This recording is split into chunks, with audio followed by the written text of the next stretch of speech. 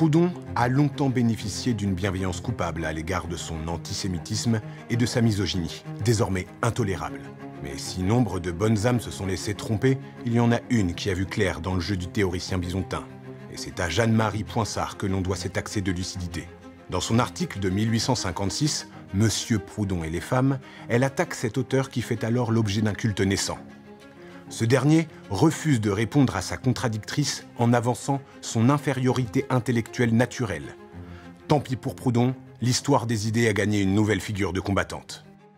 Née à Besançon en 1809 dans un milieu protestant, Jeanne-Marie Poinsart, qui prendra pour nom de plume le pseudonyme d'Héricourt, ville d'origine de sa famille paternelle, se destine d'abord au métier d'institutrice. Dotée d'une intelligence vive, ses premiers pas dans la vie active la scandalisent quand elle constate l'inégalité de traitement entre les femmes et les hommes. Cette injustice l'indigne d'autant plus qu'elle a à subir la séparation avec son mari, à une époque où le divorce n'existe pas.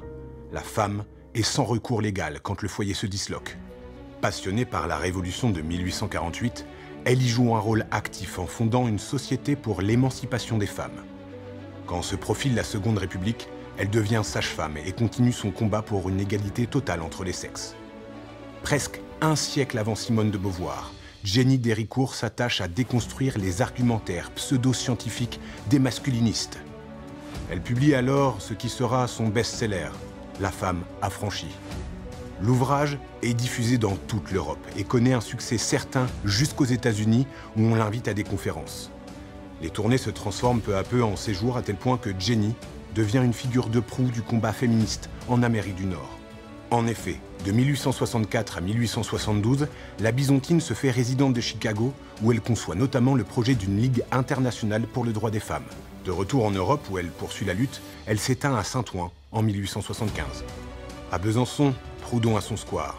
Peut-être viendra ce jour où on dressera enfin un vrai monument à cette passionnée de liberté, qui en son temps éclaira le monde entier.